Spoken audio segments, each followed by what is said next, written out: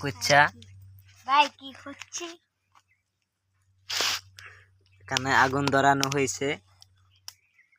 তো এখানে মশলা বারবিকিউ মশলা খুব টেস্টি। এখানে দেখতে পাচ্ছেন কুচ্চার যে ফ্লাইটি রয়েছে এবং আমার বড় ভাই যেটা শিকের ভিতর এখন ঢুকাবে।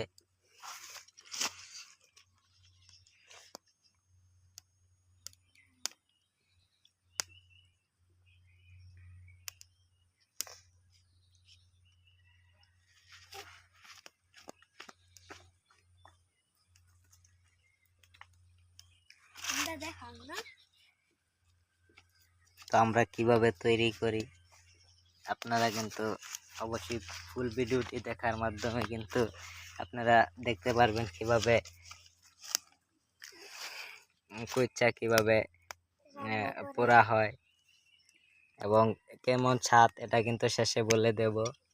এটা স্বাদ কেমন, অবশ্যই ভালো হবে। প্রচুর ধোঁয়া উঠতেছে, কয়লা হচ্ছে। শুধু কাটতে হবে, কেটে যাবো।